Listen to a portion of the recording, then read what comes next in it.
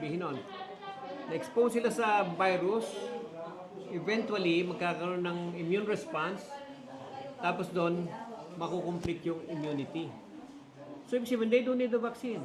And yet, because they were protected and they get the vaccine, so sabi namin, you can open the economy.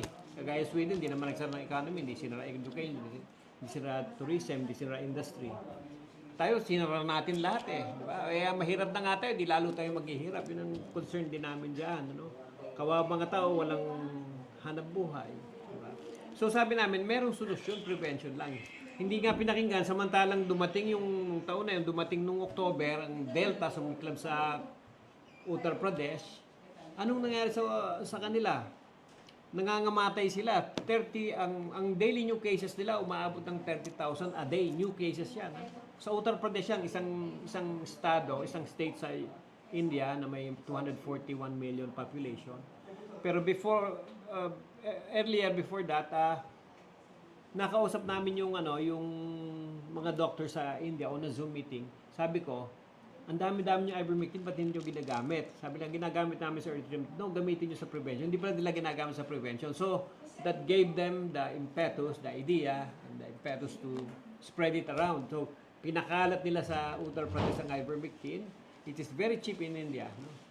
And what happened was, in just 2 weeks time, baba ng 90% ng case nila. In 2 months time, almost 0 case sila every day. And that was Delta. Yun yung pinakamatinding variant na lumabas. No?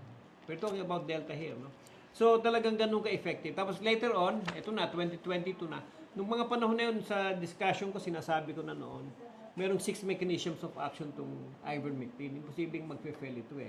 Mula sa viral entry, pipigilan na niya. Pag nakapasok siya yung viral replication because the helicase enzyme, bablock niya. Hindi rin makapasok sa nucleus para kontrolin na niya yung buong cell.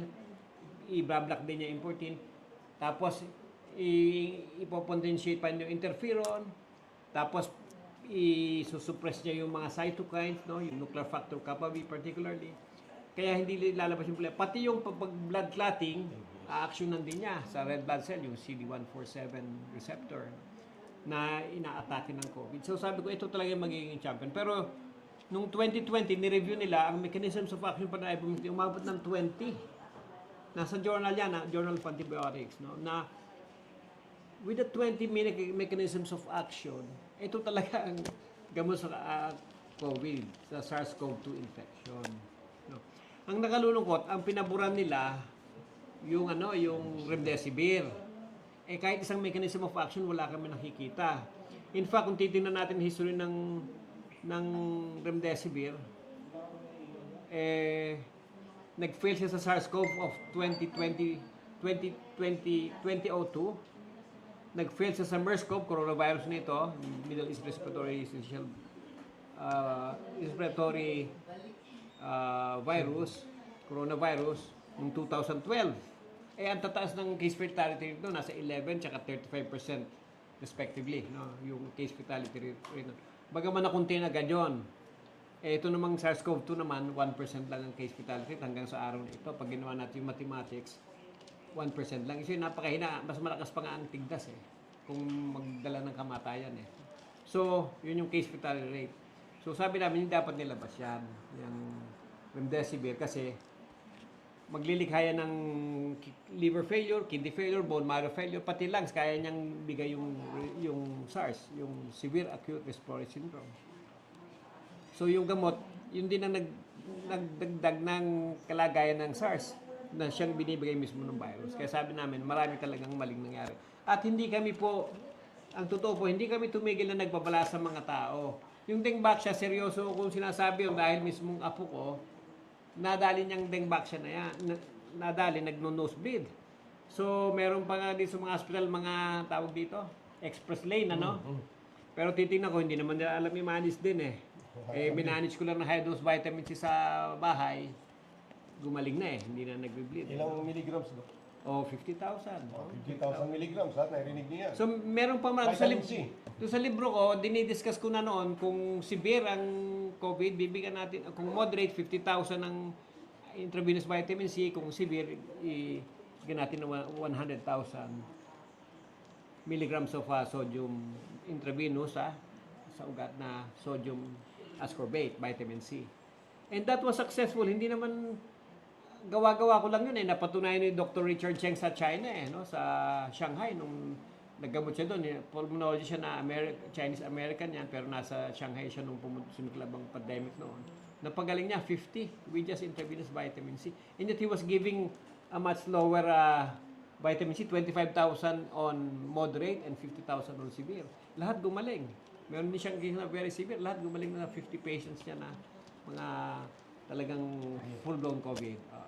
So, yung mga sinasabi ko noon, puro scientific, dahil yun naman ay hindi naman ganang akin. Yun ay galing sa iba't ibang mga doktor na nag-research at mga experiences nila nung panahon ng pandemic. At kagandahan nun, maaga nating na likom lahat yun at meron na tayong ready-made na kumbaga protocol, pero pinropose namin sa DOH, hindi pinakinggan.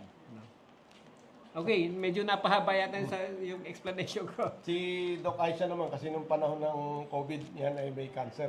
Doc, ano mo naman yung iyong mismong experience mismo during the COVID time? Para madali nilang maintindihan ko ang talaga. During COVID-19, I was diagnosed of gallbladder carcinoma stage 3C. That was December 2019. So, January, nag-chemotherapy na ako up to March during nung lockdown. Then, April, na-meet ko si Doc Alan sa isang radio station dun sa Talk to Doc. Then, in-advise niya ako ng mag-take ng ivermectin. So, sinundan ko. Nag-stop ako ng chemo kasi nakita ko yung lahat ng side effect na hindi ko kinakaya. Like, yung vomiting kahit na 2 days na tapos yung chemo, yung vomiting ko andun pa rin. Then, yung lahat ng parte ng katawan ko may blisters up to now, may mga naiwan pa siya. Ayan, kapag nakakain ako ng malansa ng konting bawal, nag-flare up siya. So, yun yung mga naranasan ko. And even na may sakit ako that time, nagkikimo ko, then I stopped. I was able to manage COVID-19 because of Dr. Alan, kasi tinuruan niya rin ako and I followed him. Sa lahat ng mga nakikita kong dinidiscuss niya, sinusundan ko, and doon napatunayan ko na ivermectin really works with COVID. And especially now, yung mga may side effect ng COVID vaccines, mas napatunayan ko pa ngayon.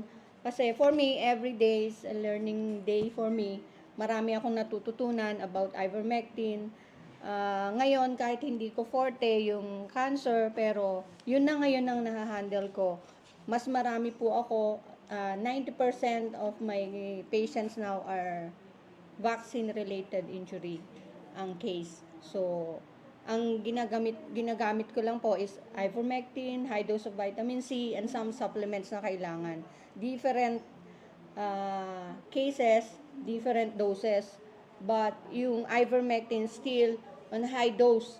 Kailangan mag-high dose tayo kasi kung hindi, hindi natin mamimit agad yung healing na gusto natin. Especially nowadays, may natutuklasan nga ako, sinabi ko last time namin sa last week sa program namin, Doc Alan, I learned na kung gaano ka-aggressive si cancer cells.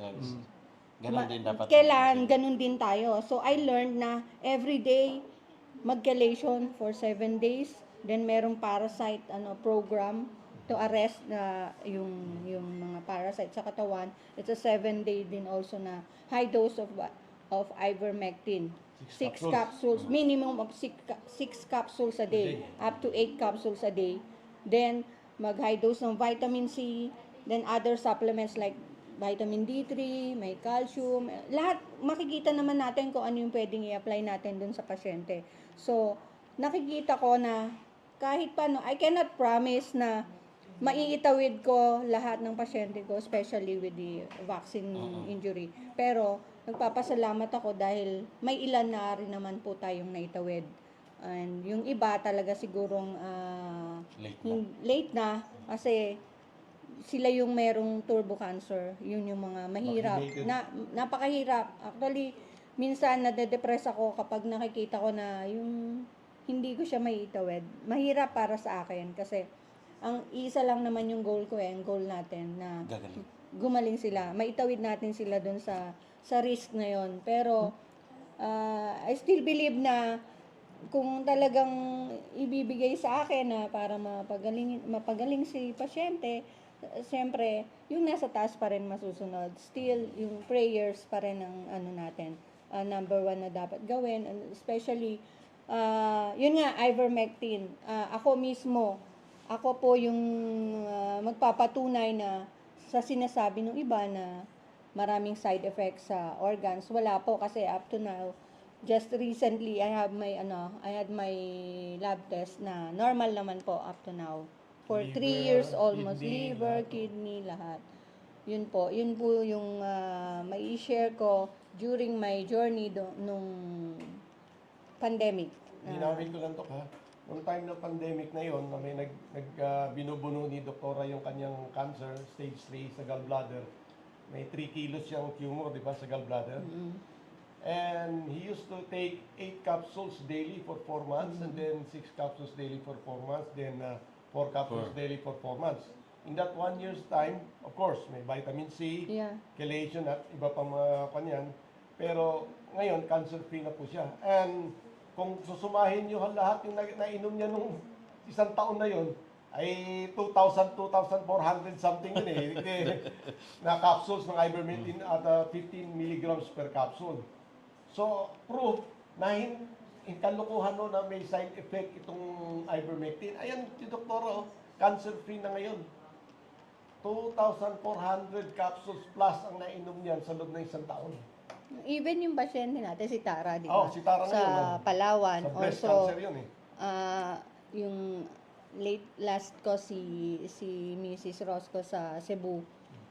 Talagang nung dinala siya dito sa akin ng boss niya, 3 months siya nagstay sa akin kasi malayo yung Cebu, hindi ko matututukan. So dinala dito sa akin. Talagang araw-araw nililinis ko yung lesions niya. Then ivermectin pa rin. Even dun sa sugat niya, Doc. Pagka nalinis ko ng third solution, bubuksan ko yung ivermectin, yun ang nilalagay ko. Ilagay mo doon sa Sa pinakasugat sugat. niya. Yes. It works. Ngayon, bumalik na siya doon after 3 months. Nagtatrabaho na siya.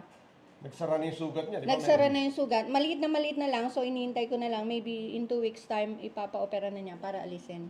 Para wala nang Kung nakita lang nila, hindi lang natin pwede palabas, pero nakita nila yung breast nun, talagang halos tagos na sa puso. Sa buto. Sa buto, talagang halos makikita abot na niyo yung po sugat. yung buto sa niya, sa breast niya. And meron ding may amoy na talaga. So in 2 weeks time na wala na yung amoy niya, then ivermectin talaga. After cleaning of third solution lang yung ginagamit ko do. Then Pwede mo bang elaborate yung third solution mo? Pero liwanagan lang natin na yung ginamit niyang ivermectin, yung ivermectin ni Dr. Alan. Kasi mayroong ibang Yes. ivermectin. Mayroon kasi nagsabi sa wala akin, naman Doc. tayo ginagamit na ibang Hindi, ivermectin. niliwanag kasi pag sinabi siyang ivermectin nga nilalagay, baka lahat. Kasi may nagsabi sa akin, Doc, na nilagay niya, masakit. Sobrang sakit daw nung nilagay doon sa sugat. Masakit talaga yun sa una. Tapos pero pag hindi naman daw natutuyo, naka 1 linggo na. Hindi natutuyo. Pero nung tinanong ko, tablet, wala pong tablet si Doc Alan. Kaya niliwanag niya, may ginamit Powder si Dr. po. Alan, yung kay Pag Dr. binuksan Alan niyo po yung Albrito. capsule, ayun na po yung powder. Oo, yung yun powder, po. Siyempre, naka-capsule po lilinisin siya. niyo po muna yung sugat. Yan. Kaya maliwanag. Oo, kasi Yung mabuti na third yung solution, yung plain NSS, babawasan niyo po yung 1 liter. Gagawin yung 820, then 60 ml ng yung bleaching, Zonrox yung original, 60 ml ng apple cider vinegar, and 60 ml ng peroxide, hydrogen peroxide. Yun. 60, So, 60. 60. So, 1,000 ml. Then, shake yon, lagay nyo sa isang sprayer bottle, yun na ililinis nyo. Yun. Ubusin yun. Hindi naman, Hindi, every kung time. kailan every time, gagamitin mo lang 2 to 3 times a day yung cleaning, syempre, para malilinis siya. Ilan ang nailalagay mong capsule ng ivermectin with sugar? Dalawa. Dalawa. Walang hinahalo yun ha, basta binububod lang Oo, yung powder. bubudbud mo lang. Medyo sa una talaga masakit yun. Umaaray talaga siya. Pero after mga 2 weeks, wala na. Sanay na. Hindi na siya Oo, masakit. gumagaling Kasi natutuyo na siya eh. Totoo na eh. Kasi biro mo, talagang nakita ko yung picture na yun, talagang halos... Oo. Di ba nakita mo yung abutan sa- picture? Oo, halos sa buto na. At saka I-rinse dumudugo mo pa ba, talaga. doktora, ng sodium? Ng saline? Opo. I-rinse mo. After nung third solution, re-rinse mo siya. Rinse muna po, then yung third solution. And then re-rinse mo ulit. Opo. Bago Then mo yung, i-ivermectin. So, yan at least may patunay na kami na si Dr. Ray is a cancer survivor. At ilan na yung breast cancer natin na napagaling mo? 7. 7. Nakita niyo ha, breast cancer pero pakakala niyo stage 4 na yon. Stage Yung may 4 sugat and eh. 3. Oo, ang laki. Dalawang 2, tatlong 4, dalawang 3. Oh, si Tara ba 2 ano? 3. 3 na ba si Tara? Going to 2C, 2 o 3. That's very amazing, doktora. ah. Pero matanong ko lang, yung diet hindi mo na may modification kapag ginagawa sa diet? Meron po yun. I forgot.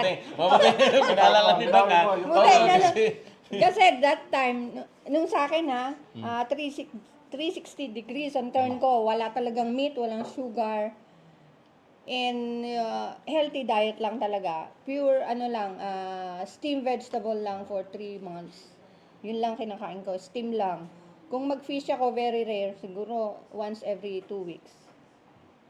Then, yung nag-juicing, yung juicing ang laking bagay nun. Especially yung malunggay, moringa, and ampalaya. Yung juice niya, yun inumin nyo. Di ba akala ko meron pang ano?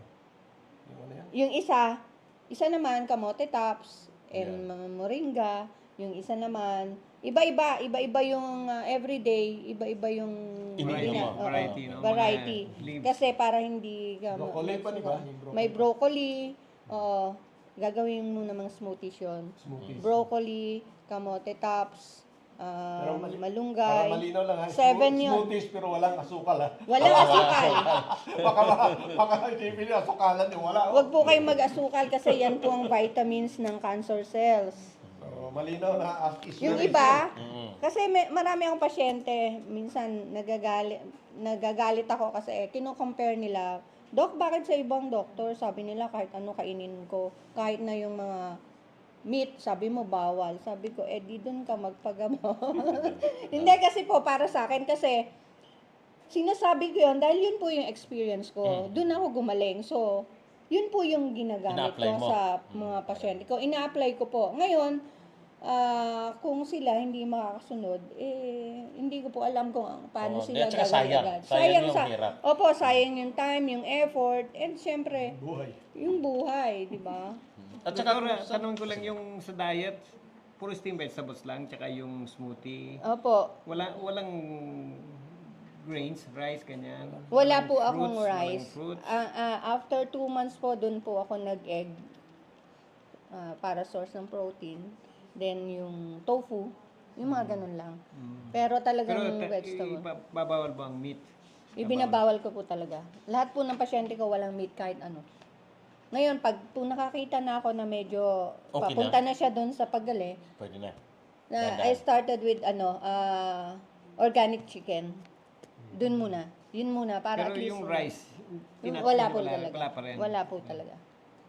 Magra-rice lang po on the 8 months. Talagang 8 buwan Then, na tiisin mo. Yung quinoa or adlay rice. Adlay, kinuha niya. Gusto ko lang ding elaborate yung kay Doc yung sa meat aspect. Ano? Kasi para maintindihan na ninyo, palagay ko may punto na maring hindi nakakasama yung typical na sabi niya, di ba? First niya papatikim yung grass-fed na chicken. So, ibig sabihin organic. Kasi pag ordinary kasing karne tulad ng baboy, mga feeds na yan, may mga hormone yan. Yan, nagpi-feed yan ng mga sa cancer cells. So, ganun din ang manok, yung sa mga broiler, etc. Kung paano, basta feed sa pinapakain mo, nandyan yung hormone, nandyan yung lahat ng antibiotic, nandyan lahat ng mga nilalagay sa feeds.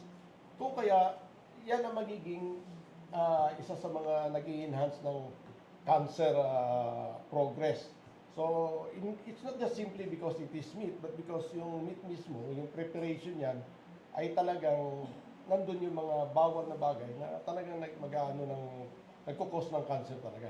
No? So, just to be sure, sa kanyang kan talaga eliminate mo talaga yun. Kaya plant lang masasabi mo, at least alam mo kung saan eh. Saan nakuha, pwede kang malunggay, marami naman. Oh, kasi marami tumutubo Oo, yan. tama po si Kailangan Jill. Organic. So, Tama si Jill kasi sa mga meat, merong nakukuha yan na mga ini-inject dyan ng mga nasa farm, kahit sabihin na organic, minsan natuturukan pa rin po yan. So, okay yan. pansamantala, Stop talaga. stop muna po tayo. Total, sandali lang, 8 buwan lang. 6 months. 6 months. Dahil may ginawa Basta pala, meron 6 ng buwan lang. improvement. So, makikita nyo talaga. Makikita naman po yan. Makikita nyo, hindi naman, sa ngayon, no, dito sa Kalikasan Kalusugan, papakita ko namin sa inyo na yung the dreaded C ay may pag-asa pa rin, no, pagka magawan lang ng paraan at medyo nakakakita na tayo ng, kumbaga, way.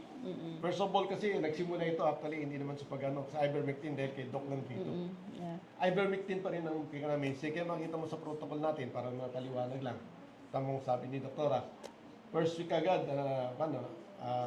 parasite detox. Kasi isa sa mga cause ng cancer ay parasites. So, 1 week yun, high dose, no? 6 to 8 capsules. Then, isa pa, yung tinatawag natin na chelation. Again. So, yung chelation, depende kung gaano katindi yung sakit. Kaya, 1 set is 5 session. It is, we deliver 15 grams, Doc, ano? Ng EDTA. Kasi nga, yung heavy metals naman sa katawan, which is isang pollutant din yan na nagkukos ng cancer. So, ivermectin take care of the biological pollutant, no? Or mga parasites, microorganisms, and then the chelation will take care of the tinatawag nating heavy metal na pollution. So kung maalis natin yung 2 major causes, at least alam na natin yung mga kasunod natin tulad ng vitamin C, high dose, and then yung ating virgin coconut oil, no? At saka yun, siyempre yung mga anong tawag yan, support yung paglilinis, etc. And then yung nutrition aspect. So, we are pretty, medyo nakakaaninag na tayo, Doc, ng may nakikita na tayo na kaya natin palang sugpuin ang cancer. In fact, Doc, pwede mo elaborate, meron kanina pagaling na HIV? Yes, meron. Sige. Hindi mo na, excuse, maganda yung pakinggan yan, ano? Exciting yan. Pero gusto ko lang linawin, yung sinasabi mong parasite detox, 7 days na 6 capsules na ivermectin. Yes. After that, are you still going to continue ivermectin? Yes po. Gano'ng Pero kataas naman? lower dose. Lower na. Gano'ng ka-lower na? 2 capsules, 2 na? times a day, 2 times a for day. a 2 month. times Then four. the next month po, 2 capsules. Okay, so we don't have to go so high na sa... Opo. You don't use other antiparasitic like fembendazole, albendazole? No. No need. No No need. need for all those. Only ivermectin. Elaborate ko lang, ano? Kasi ang ivermectin, alam natin na ilang species lang kaya niyang patayin na parasite. Okay? But like we said, these are so-called repurposed drugs. What if the dosage is so high such that yung traditional na hindi niya kayang patayin na parasite ay kaya na niya patin at a higher dose? Kaya yan ang sinasabi ko na yung versatility ng ivermectin. Why can we do that? Which is no other drugs can do. Kasi nga, napakataas ng niyan, Dok, LD50 niya. So, ibig sabihin, wala siyang toxicity level kasi. So, kung kahit itaas namin yan, although walang studies, yes, we agree, wala kami studies, but we have shown na pagka tinaas mo siya, ang daming napapagaling niya. Kahit yung mga COVID natin nun, di ba, umabot ng 10 capsules, 12 capsules, depende sa degree ng infection. And kagandahan ng ivermectin is that kaya niyang habulin yun eh. Ang virus, sa bilis ng SARS-CoV-2, sa bilis ng kanyang multiplication, by millions and billions in a matter of hours and days, pwedeng habulin ng ng ivermectin ng dosage din na pataas. Kasi nga, wala siyang side effect except yung palang. Yung medyo nasisilaw. Yung visual. Pero yung masisira, Antok. brain damage natin, yung ating heart and kidney, liver, Hindi wala totoo po yan. gano'n. Wala. Kaya, unique ang ivermectin.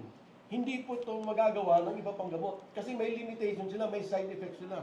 Not with ivermectin. And we have proven that time and again na 1 taon si Doktora at high dose.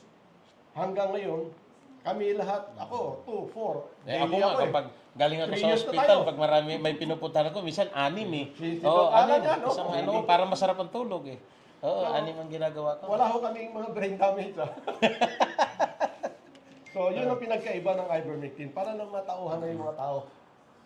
Ito ay may tinatawag na repurpose. Kaya yung dosage na mataas na binibigay namin, posible ha. Hindi na wala pa naman tayong test talaga eh. But so far, yeah. Napatunayan mo na it is effective, no? Na so far, may napagaling ka. So, yeah. Pero ang liwanagin lang natin, ang 6 capsule kasi is 90 mg lang yun. Oo, kaya mababa pa rin. Hindi, mataas na yun. Hindi, palagay mo nang mataas, pero ibig sabihin yung klase ng ano niya, mataas para sa, kung titingnan mo, marami lang siya, pero 90 lang kasi yan eh. Kaya ako nga, pag umiinom ako, hindi naman ako nasisilaw eh. Dahil nasasanay na siguro ako. Ayaw, parang tayo. Kaya si Doktora, Walo nga to eh. Hindi na go. Kaya, Doc, ang limitation na nakita ko sa mga patient natin dyan, yung hindi na kaya magtaas. Hindi nga. Ano sila. Yun ang hindi natin magawa ng paraan yung Yung iba talagang hindi nila maitaas. hindi nila may taas. Ngayon lang. Good news, 7 days lang mataas. Pwede ba na ibaba? Yun Oo, ang good 7. news sa bago. Pwede. Yung ano, Understanding Doc, nyo. yung mayroong isa na noong last Friday lang, noong meeting doon sa KH na namimilipit siya sa sakit. Ngayon, dahil nga sa ang gamit niya na mapang ano ay wala siyang dala. Ngayon, ang ginawa ko, binilang ko muna ng Mipinamic tapos para bumaba. Ngayon, nung nag-visit ako kaninang umaga, nawala na daw yung kirot niya. Kaya lang sabi niya, yung 6 na kapsul, pagkagising daw niya, para daw sobrang liwanag. Ayan, medyo, ano siya, hilo. Pero, ang kagandahan doon, yung kanyang didi na, at saka minsan nagnanana, nawala. Pero ang kirot wala na. Talagang, ano na, yung pinasa ko sa inyo na, yung nakita sa Kalikasan Kalusugan, yun. Kasi ano na talaga siya dito. Ang problema niya kasi, dahil gusto sana siya operahan, walang pera. Oo, ngayon, ang anong sinabihan lang daw siya na tiis ka lang muna, byuda, walang anak, nagtitinda siya sa palengke. Kaya nga nung sinabi ko, ito libre, pinakita ko pa sa kanya, sabi niya, bait naman ito. Sabi ko kay Dr. Alan Landrito yan, nakalagay doon. Nakalagay talaga pre. O, basta inumin mo lang, wag mo lang siyang babaan. Oo, kailangan sundin mo yung 6 capsules a day. Oo, yun. Ang ginawa ko nga sa kanya is, dahil hindi niya kaya yung direkto, 2 sa umaga, tanghali, at hapon. Kaya 6. Oo, yun. Kaya lang, ang binigay ko sa kanyang pre na vitamin C, yung sodium ascorbate na capsule. Kaya medyo marami-rami. Sabi ko, kailangan iinom ka rin dito ng 1,500. Baka may sink. 3 lang. Hindi, wala. Yung pinamimigay natin. Oo, yung sa medical mission. Oo, mas mura kaya yon. Ganun. Oo, pero mas mura pa rin talaga yung form kay Doc. Kailangan wala akong maibigay ganun kasi medyo mas, mabigat-bigat din yung ibigay doon. Pero ang ano niya is ginawa ko lang ng 3 capsule sa umaga, 3 sa hapon. Sabi ko, pwede pa nang dagdagan yan. Pero sa ngayon, dahil kailangan magandang niya, nawala yung kirot. Nasa pag namimilipit siya, hindi na gano'n siya nakapagtinda eh.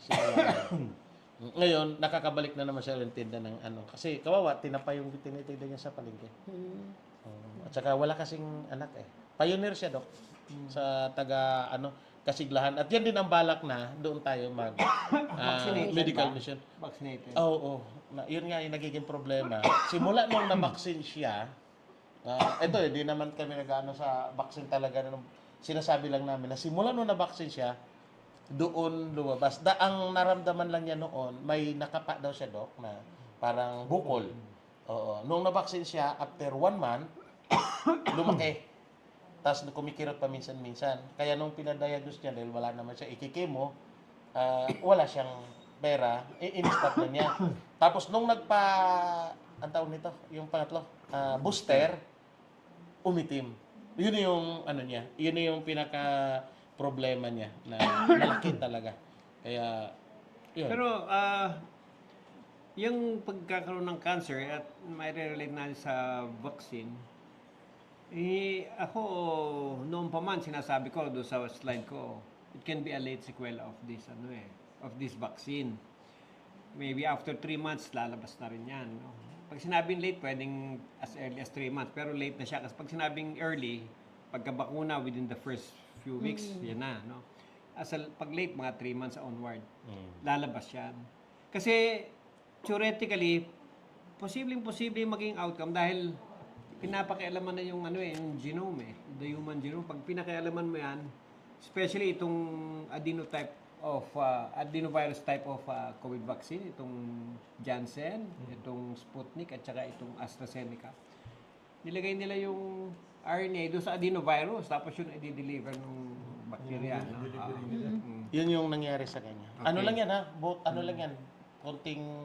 Well, matanong ko lang, doktora, bago tayo mapunta sa second segment, Oo. Kasi ayokong maputol tong stream na to.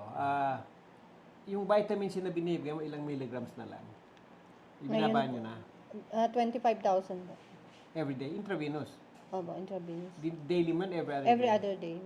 Doon sa mga breast cancer patients mo? Opo. Talagang Yung kailangan iba, ganun, yung 25? hindi kaya, every week.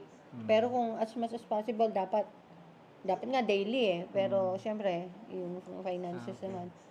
So, every other day or kailangan, the least is yung every week sana makapag vitamins. Okay. Pero si yung amo nung pumunta dyan sa iyo, ilang beses siya? Daily? Vitamin C? Every other day. Every other day. 50,000 milligrams o mataas pa? 50. 50 lang. Ay, meron pa pala ako ng vitamin C yung natira. Yung natira ko. Yun? Kasi di ba yung may tinurukan ako na pinasukan ko ng vitamin C. Meron pa ako mga ilang box pa yan nasa bahay. Papadala ko pala sa iyo para magamit nyo rin sa mga So, ano pa Dok? Ini-kuhan para may elaborate natin. Yeah, actually, maganda yung pinag-uusapan natin sa excess deaths na naging focal point naman itong cancer, no? And Doktora, I'm so happy about it. She has already been maturing on forming a matured protocol for cancer management. And nadinig natin si Doktora, stage 3, stage 4 mga klaseng cancer ang kanyang Tsaka pinagagaling, ngayon, Doc, no? meron akong isang pasyente lang cancer. Also, vaccine injury din. On and off sa hospital, then terminal na, consider as So, ang sabi ng hospital, wala na talaga. So, nag-chelation. Nung after chelation, malakas siya. Ang problema ko, ayaw niyang tumigil ng chelation. Sabi ko, hindi naman po pwede. Doc, hindi naman po pwede. So, after that, after 3 days na confine na naman. Tapos, ang sabi nung family, nagbigay lang ng isang dextrose, hindi nila alam kung ano yung laman. Tapos, biglang nanghina up to now. Tapos, another 3 days, binalik na naman nila. Ang gusto na ng hospital is ICU. So, hiningi yung opinion ko. Sabi ko, anong gagawin daw nila sa ICU? Monitoring lang daw. Kasi nag-seizure, Doc. Ngayon, sabi nung doctor, nagpapaniwala kayo dyan sa chelation. Sabi ko, bigay mo nga yung phone. Sabi ko, Doc, puntahan mo ako pag ako nagkamali. Hindi yan magkakaroon ng stroke. Kasi naka-chelation siya. Yan na nga chelation, ano ba yung ginagawa niyo? Sabi ko, let us see. Ipa-test mo. Sabi ko, I dare you. Ipa-CT scan mo. CT scan. Wala siyang magawa, wala siyang masabi. Walang nakitang clots, walang blood clots. Wala talaga as in. Tapos yung pasyente mismo nagsasabi na lumakas ako dun sa chelation and Vitadrip. Then, hindi ko naman pwede gawin na lagi na lang naka-chelation. So, in short, medyo mahina na siya ngayon. Ayaw niya nang magpa-ICU. So, sinet up namin sa bahay yung room niya na like ICU. Nag-rent ako ng cardiac monitor, then may eye pump na nagre-regulate nung nagbibigay na lang ako ng drip na yung may mga Coviven, mga B-fluids. So, yun ang nakakasustain sa kanya. Pero, Population mo? Actually, wala it's not, kasi pag sinabi natin chelation, baka ang understanding na, of course, yan ang magiging connotation ng mga ibang doctors. It's just, the kind of chelation that Dr. is referring to is the McCann protocol. Kami lang gumagawa niyan dito. we are combining not only the EDTA chelating agent but also the principle of dimethyl sulfoxide. So itong dimethyl sulfoxide combined with the EDTA chelating agent, that brings the wonder of it. No? Kaya lumalakas yung pasyente. Ini-extend niya ng viability ng organs, ng buong organism. No? Yung dimethyl sulfoxide. I think that dimethyl sulfoxide is the one working on the major part of the chelation treatment that we're giving. Tsaka Dok, yung pain niya medyo, di ba natandaan ko kasi nung minsan sinabi mo na yung DMSO, Marinig bawas ng din pain. ng pain. So, paminsan-minsan, binibigyan ko siya. And DMSO. ngayon, tolerable yung pain niya. Hindi na siya nag-tramadol. So, yun yung Pero thankful. nag-IBM siya. Oo, Ilan? naka-IBM siya. 4. Kasi marami na siyang iniinom din. Pero nag-stop na siya ng synthetic. Yun na lang. Pag tingin ko na pwede siyang bigyan ng DMSO, bibigyan ko siya. Actually, Dok, yun nga gusto kong i-suggest sa atin dito na kung na-explore natin yung IBM as the purpose drug, I believe so na marami pang yung benefit ka may bibigay ng DMSO. Pwede. Na dati na sinasabi ganito lang, no? As a universal solvent siya, I believe makiklean niya yung system. Kasi alam mo mga You're referring to DMS o ivermectin? DMSO. DMSO. Kasi marami na tayo sa IBM eh. Yung DMSO naman. Kasi maraming pan ito na hindi pa natin na-explore eh. So, yun nga ang nakikita ko na just the understanding its mechanism, ano-ano pa kaya ang kanyang mga may bibigay na benefit. Kaya sabi ko nga, di ba Dok, one thing inaatake natin pag may cancer is that we make sure that the lymphatic system is functioning well. Yes. Kasi without the lymphatic system functioning well, yung waste disposal natin, yan ang pinaka-waste disposal system natin eh. At saka nandyan din yun, yung ma-action yung ating immune system sa mga nodes. So, yung mga nodes yan, kukuhanin niya, tapos ilalabas na yan, dadalhin niya ng mga lymphatic system eh. So, kung yung DMSO na yan, ang kayang-kaya mag-penetrate na yan eh. At kung meron niyang mga heavy metals diyan sa mga nandyan, tanggal din siya at the same time. So, madadala niya yun. In fact, I have this imagination din, Dok, na di ba yung mga nephrons sa kidney? Di ba? Ang EDTA is that dadali na yung heavy metals, makakalagpas siya sa filter. Di ba? Filter yung nephrons eh. Without damaging the nephrons, right? Okay. Hindi ba yung mga may sirang kidneys that yung nephrons nila sira eh? Malay mo yung pagkasira, may bara. May, I don't know ha. Pagka nag-chelation at lumusot yung mga yon, parang mo din, kumbaga, di ba, parang sasakyan, di ba, yung filter niyan, para magbara. Di ba, nililinis mo rin yan? Parang with chelation, naiisip ko, baka kaya nga, Dok, gusto ko yung sinasabi na yung mga nagda-dialysis after chelation, kasi makikita natin kung merong improvement, kung let's say once a week siya, magiging ma-extend ba niya, or twice a week siya, ma-extend ba niya, magiging once a week, then we can see na yung chelation has something to do with the revitalization ng nephrons ng kidney. So, isa yan sa gusto kong ma-explore natin. So, marami ho talaga kaming kwan dito talaga na gusto lang ninyong para makita ng lahat na we are moving forward, no? We are discovering things that we didn't imagine before, pero knowing the characteristic of the drugs that we, and by the way, DMSO, EDTA is a natural product, right? Yes. So, hindi ho ito mga synthetic. They are naturally occurring, no? Sa pine tree ang EDTA, no? Pine wood. Pine wood. Ang DMSO. Ang DMSO pala, oh. So, makikita ninyo kung bakit yung mga tinatakot kayo ng mga traditional doctors about chelation, hindi ho totoo yun.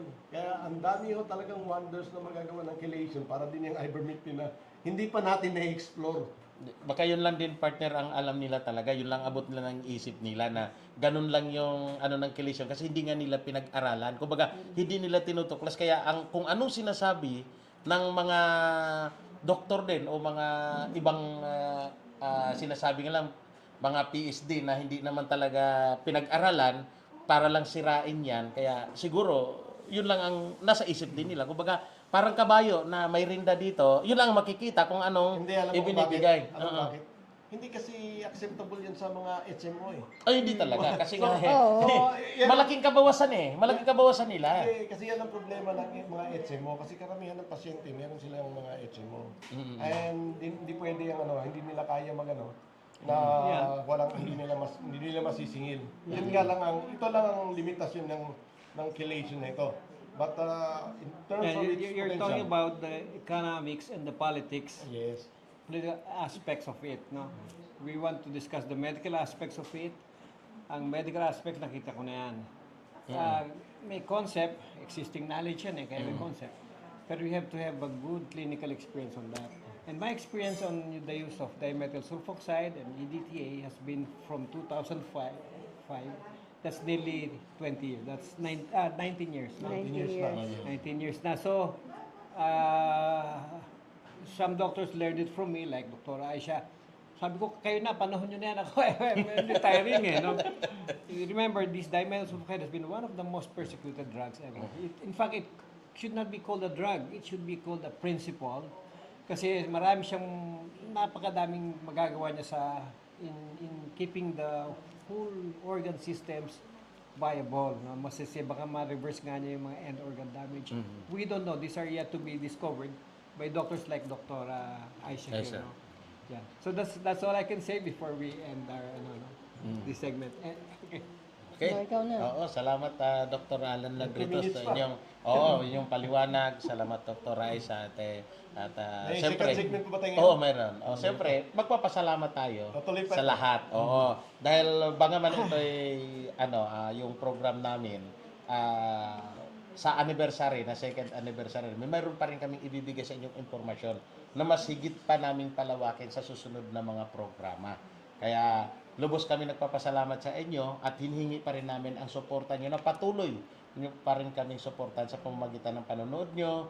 Mag-like kayo sa Radyo Kalusugan, ayan, sa Asol TV, at Kalikasan mag-subscribe Kalusugan. At saka doon sa clip natin, sa Kalikasan Kalusugan TV, nandoon yung clip natin o yung tinatawag nating pinaka-highlights para mas maikli kasi di ba siyempre isang oras. Mayroon kasing hindi kaya Dok na manonood na ganun kahaba. Mayroon segment doon pinaputol-putol doon para maibigay lang at yung information makukuha ka agad nyo. Dr. Aisha, anong masasabi mo ngayon Dr. Aisha? Dahil may ano ka pa? Konti na lang.